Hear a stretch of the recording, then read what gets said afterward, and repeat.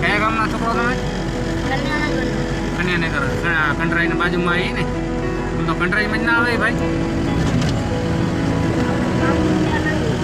હા હા. રત્ના શું કરવા જશો? બાલ કપાવા. નનકા નનકા ભાઈ બંધ 4 ભાઈ બંધ મળી ગયા હે. જોઈ લો. જાઓ રત્નાર ફરવા હે. બહુ સરસ. કંડરાઈથી માલ ભરીને ગાડી વળી હતી. 4 મિત્ર મળી ગયા આપણાને. એટલે તો આપણે રત્નાર ઉતારશું. કેટલા વર્ષના હતો છોકરો? 12 વર્ષના 10 વર્ષના એમ.